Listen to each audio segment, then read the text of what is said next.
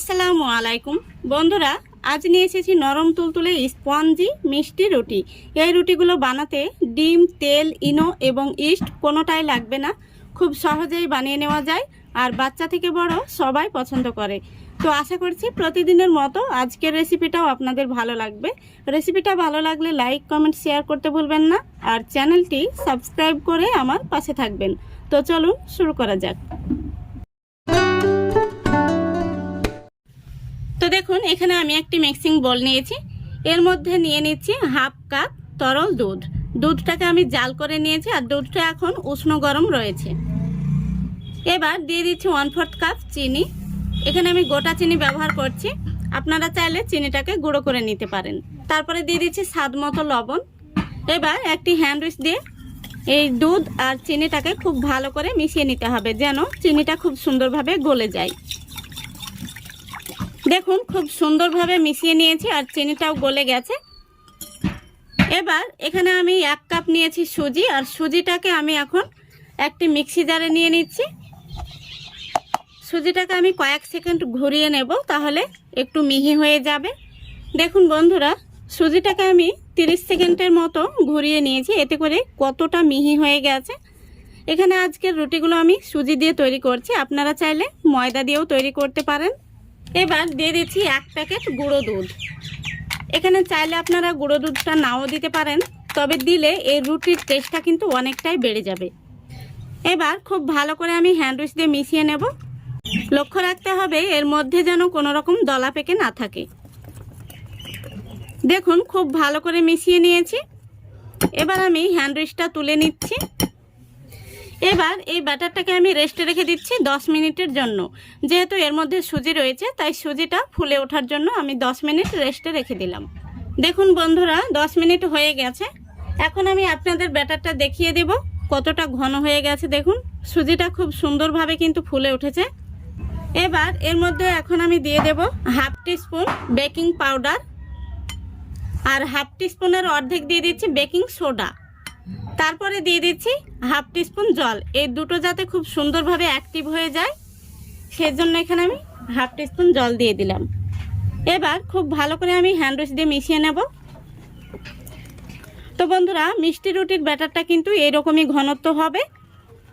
এর চাইতে পাতলা হয়ে গেলে কেকের ব্যাটার তৈরি হয়ে যাবে। দেখুন, খুব ভালো করে আমি মিশিয়ে নিয়েছি। এবার এর মধ্যে আমি দিয়ে দিচ্ছি ভ্যানিলা এসেন্স। এতে করে সুন্দর একটি ফ্লেভার আসবে। আপনাদের হাতের কাছে না থাকলে সামান্য পরিমাণে এলাচ গুঁড়ো দিয়ে নেবেন। তারপরে আমি আবারও খুব ভালো করে মিশিয়ে নিচ্ছি। দেখুন, খুব ভালো করে মিশিয়ে নিয়েছি আর রুটির ব্যাটারটা কিন্তু এরকমই হবে। আশা করি দেখে আপনারা বুঝতে পারছেন। এবার আমি এটাকে একটা সাইডে সরিয়ে রাখছি। তারপরে দেখুন, আমি একই মাপের 5টি বাটি নিয়েছি আর বাটিগুলোর মধ্যে একটু একটু করে তেল দিয়ে নিয়েছি। তেলগুলোকে আমি এখন খুব ভালো করে ব্রাশ দিয়ে বাটির চতুর্দিকে লাগিয়ে নেব। দেখুন, সবগুলো বাটিতে আমি খুব ভালো করে তেল মাখিয়ে নিয়েছি। এবার আমি যে মিশ্রণটি রেডি করে নিয়েছি, এই মিশ্রণটি বাটির মধ্যে দিয়ে নেব। তো প্রত্যেকটি বাটিতে আমি হাফ বাটি করে মিশ্রণটি দিয়ে নেব। মিশ্রণটি দেওয়ার পরে বাটিগুলোকে একটু এইভাবে ঝাঁকিয়ে নিতে হবে, যাতে ব্যাটারটা সমান হয়ে যায়। দেখুন, একইভাবে আমি সবগুলো বাটির মধ্যে দিয়ে নেব। দেখুন বন্ধুরা, এখানে আমি 4টে বাটিতে ব্যাটারটা সমানভাবে দিয়ে নিয়েছি, আর এখানে একটি বাটি কিন্তু আমার লাগেনি। তো বাটিগুলো একদম রেডি হয়ে গেছে। এবার রুটিগুলোকে বেক করে নেওয়ার পালা। এদিকে দেখুন, গ্যাসটা অন করে আমি আগে থেকে কড়াই বসিয়ে দিয়েছি। কড়াইয়ের মধ্যে সামান্য পরিমাণে লাল বালি আর একটি লোহার স্ট্যান্ড বসিয়ে দিয়েছি। তো কড়াইটা খুব ভালোভাবে গরম হয়ে গেছে। এবার আমি এই রুটির থালাটা বসিয়ে দিচ্ছি স্ট্যান্ডের উপর। দেখুন, থালাটা আমি খুব সুন্দরভাবে বসিয়ে দিয়েছি। এবার একটি বড় সাইজের গামলা দিয়ে ঢেকে দিচ্ছি। এইভাবে ঢাকা দিয়ে গ্যাসের ফ্লেমটা একদম লো ফ্লেমে আমি জাল করে নেব পুরো 40 মিনিট।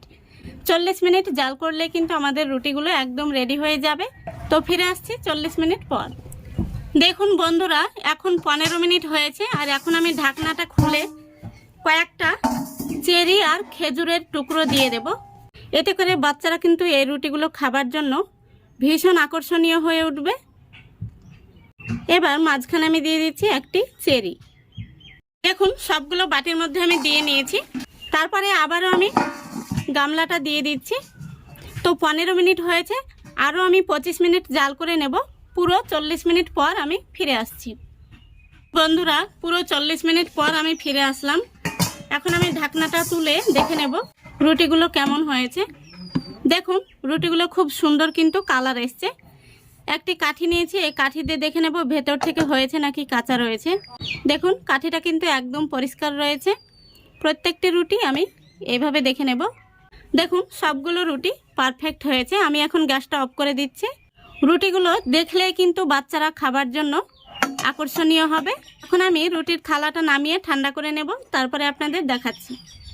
দেখুন বন্ধুরা, রুটিগুলোকে আমি ঠান্ডা করে নিয়েছি আর দেখতে কত সুন্দর হয়েছে, দারুণ কালার এসছে। কিন্তু বাচ্চারা দেখলেই খেতে চাইবে।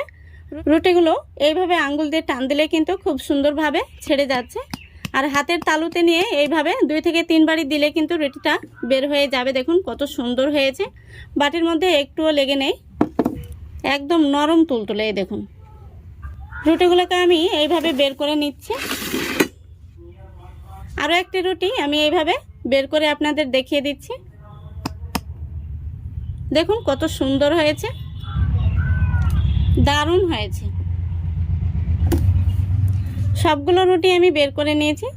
এই দেখুন কতটা নরম তুলতুলে হয়েছে। দেখুন রুটিগুলো বাচ্চা থেকে বড় সবাই কিন্তু ভীষণ পছন্দ করবে। আমি আপনাদের কাছে থেকে দেখিয়ে দিচ্ছি। এই দেখুন কত সুন্দর হয়েছে। একটি রুটি আমি আপনাদের ভেঙেও দেখিয়ে দিচ্ছি ভেতর থেকে কেমন হয়েছে। দেখুন কতটা জালিদার হয়েছে আর একদম নরম তুলতুলে। এই দেখুন এইভাবে এই রুটিগুলো বানিয়ে আপনারা বাচ্চাদের টিফিনেও দিতে পারেন, বাচ্চারা ভীষণ মজা করে খেয়ে নেবে। আর এই রুটিগুলো বানাতে খুব বেশি উপকরণ লাগে না, খুবই অল্প উপকরণে হয়ে যায়। দেখুন কত সুন্দর হয়েছে। ডিম, তেল, ইনো এবং ইস্ট ছাড়াই কিন্তু এই রুটিগুলো বানিয়ে নিতে পারবেন। তো আশা করছি আজকের এই রেসিপিটা আপনাদের ভালো লেগেছে। ভালো লাগলে অবশ্যই লাইক, কমেন্ট, শেয়ার করে দেবেন এবং চ্যানেলটিকে সাবস্ক্রাইব করে অল নোটিফিকেশানটি অন করে সঙ্গে থাকবেন। আজকের মতো এখানেই বিদায় নিচ্ছি। সবাই ভালো থাকবেন, সুস্থ থাকবেন। খোদা হাফেজ।